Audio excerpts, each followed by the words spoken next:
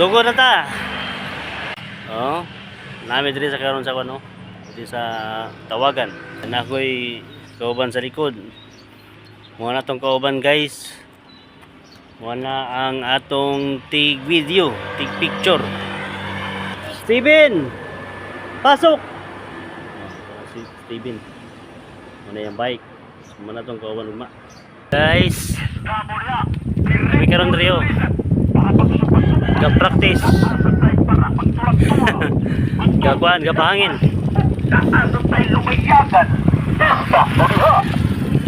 Paugnat sa kusog. Okay? Oh, di ba? Oh. Ang ganda ng view, guys.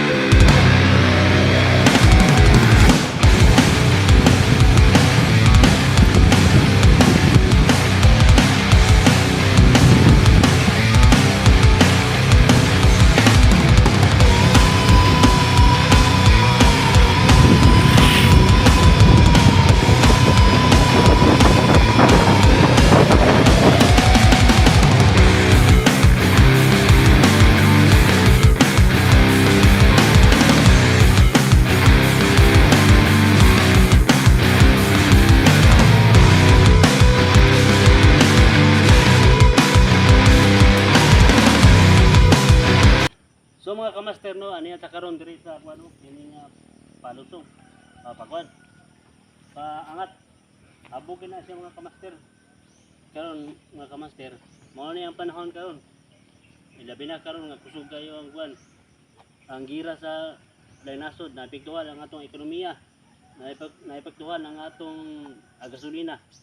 So wala tayo lain nga solusyon na grabe pagmahal sa gasolina karon. Taas ang presyo sa gasolina. Siguro mga kamaster maabot niyo 100 to 150 to 200 per liter. So asa naman tayo mga kamaster? Na. Napiki na kayo. Ano mga kamaster, may itong buhaton karon. Kapalit na mag-bike na ta. Okay. Mga kamaster, ang pag-bike o bisikleta, walay gasolina nga makonsumo nimo unya. Wala patay maambag nga smoke sa atong kuan, sa atong environment. Kini nindot ni pagbisikleta mong master kay napaka-exercise. Naka-exercise pa ka. Napaka-service. O di ba? Bisikleta ang solusyon sa pagmahal sa gasolina. Wala yung bisikleta, mag-hike. Mag-hike. O dili. Kabaw, dili. Kabayo. O di ba? Mo na indot karon. Kay mahal kay ang gasolina. Wala na yung supply mga kaisunan. Mga kamaster, wala na yung supply kay ang Middle East karon, ang Strait of Hormuz nga diha mga agi ang mga barko magkuha gasolina ang Pilipinas dito magkuha mapadalag barko dito, di na ka adto dito ang barko, wala na magkuha, wala na supply. So sa mga balita nga akong nakita nga April ra daw kutob ang gasolina. So sibol kini ang mga bike magmahal, pamalit na mo bike kay magbike na ta. Okay, babo.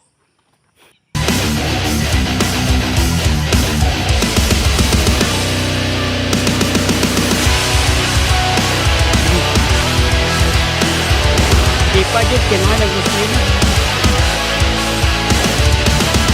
Ano yung gusto nila?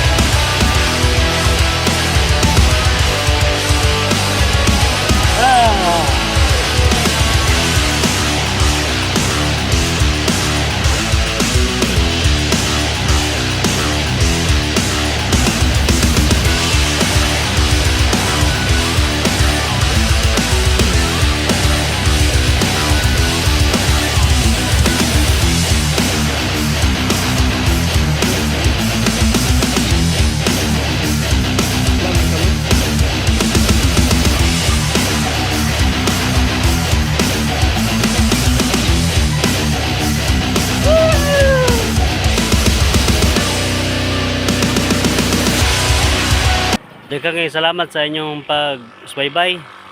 So niata karon ning kuan bukid. Ang pagdesisyon na namo nga mobalik na sa mga agi kay medyo matirik kay dia. Dahil medyo layo pa. Dahil medyo gutom na.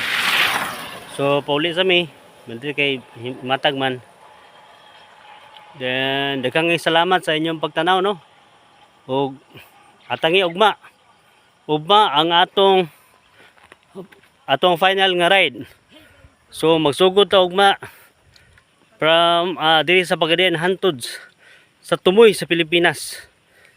Unta makasurvive ta uban sa tabang sa Ginoo ug sa inyong mga pagampo. Ang inyong mga pagampo, mga kaisunan, mga higala, mao'y labing bilinhon sa among kuan, sa among ride. So kini nga ride mga kaisunan, mga higala, dili lang ni siya ingon nga ride.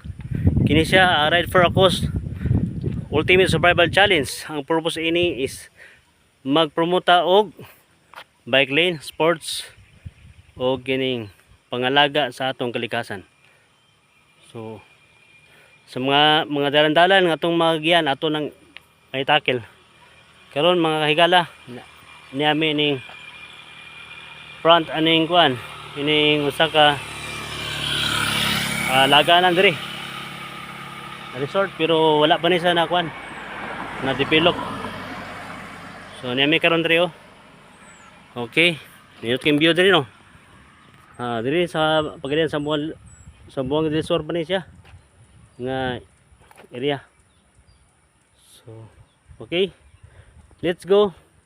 See you tomorrow. God bless you.